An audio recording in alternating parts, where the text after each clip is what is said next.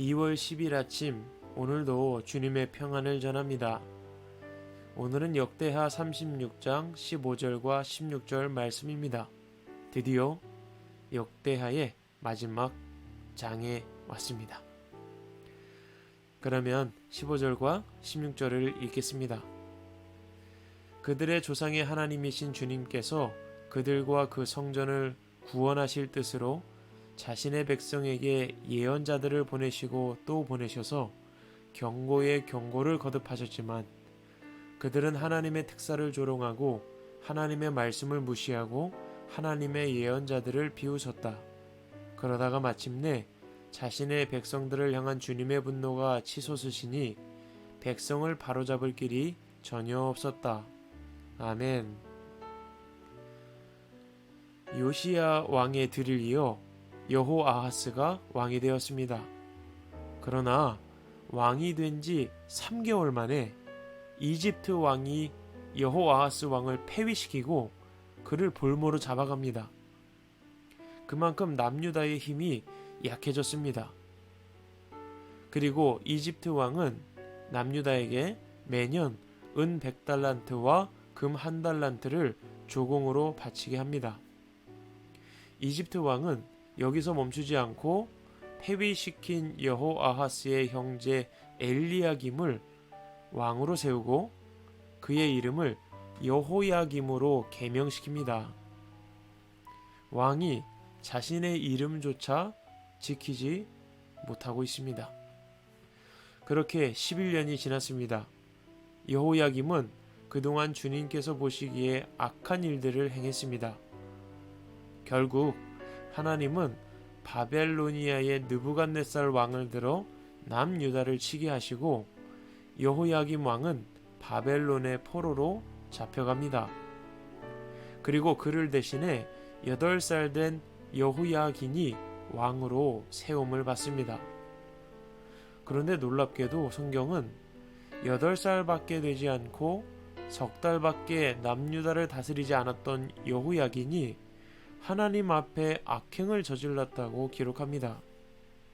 결국 여호야긴도 바벨론의 포로로 잡혀가고 바벨론은 그의 삼촌 시드기야를 왕으로 세웁니다.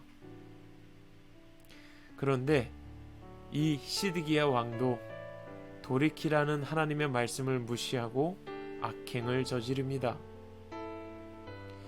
이때 남유다의 멸망을 예언하며 하나님께로 돌이키라고 선포했던 선지자가 바로 예레미야였습니다.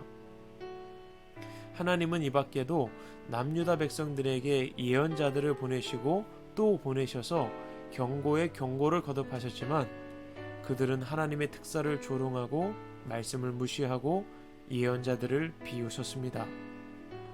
그리고 결국 바벨론에 의해 멸망을 당하게 되고 70년의 포로 생활이 시작되게 됩니다. 그들은 성전을 불살랐고 예루살렘 성벽을 허물었고 모든 보물을 탈취해 갔습니다. 그리고 그렇게 70년이 지나고 하나님께서 페르시아의 고레스 왕의 마음을 움직이셔서 이스라엘 백성들을 포로에서 해방시키셨다는 내용을 마지막으로 오늘 말씀과 역대하 말씀이 끝을 맺고 있습니다. 오늘까지 긴 여정을 지나왔습니다. 수많은 왕들이 나왔고 어떤 왕들은 하나님이 보시기에 선한 일들을 행했고 어떤 왕들은 악행을 저질렀습니다. 그러나 분명한 사실은 악행을 저지르는 왕들에게는 하나님의 사람들을 보내셔서 돌이키도록 기회를 주시고 또 주셨지만 끝내 돌이키지 아니함으로 심판을 당했다는 것입니다. 오늘 말씀에서도 남유다의 심판 앞에 하나님은 수없이 돌이킬 기회를 주셨고 예레미야를 통해 말씀하셨지만 그들은 죄악에서 돌이키지 않았습니다.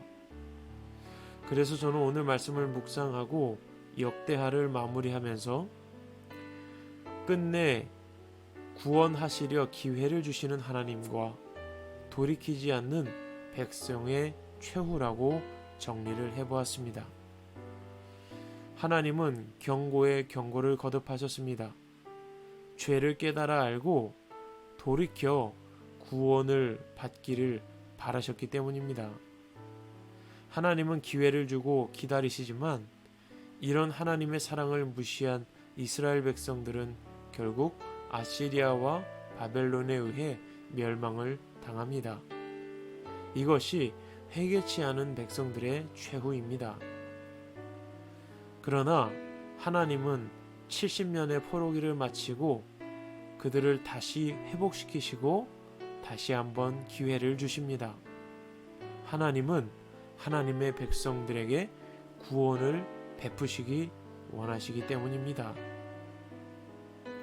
하나님의 백성들을 포기하지 않으신다는 뜻입니다. 그래서 저는 포기치 않으시는 하나님의 사랑을 기억하자 결단하게 되었습니다.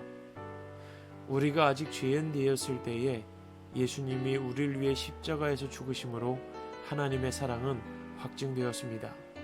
그리고 그 사랑은 그 어떤 것으로도 끊을 수 없다고 확언합니다. 여러분, 오늘도 힘내시고 주홍같이 붉은 죄라 할지라도 흰 양털같이 희게 하시고 오늘도 우리를 거룩한 자리로 부르시고 주님의 사랑받는 자라는 사실을 기억하게 하시는 주님을 기억하며 힘을 얻으시는 복된 하루 되시기를 간절히 소망합니다. 그리고 행복한 설 명절 보내시길 또한 소망합니다. 지금까지 김종인 목사였습니다. 샬롬.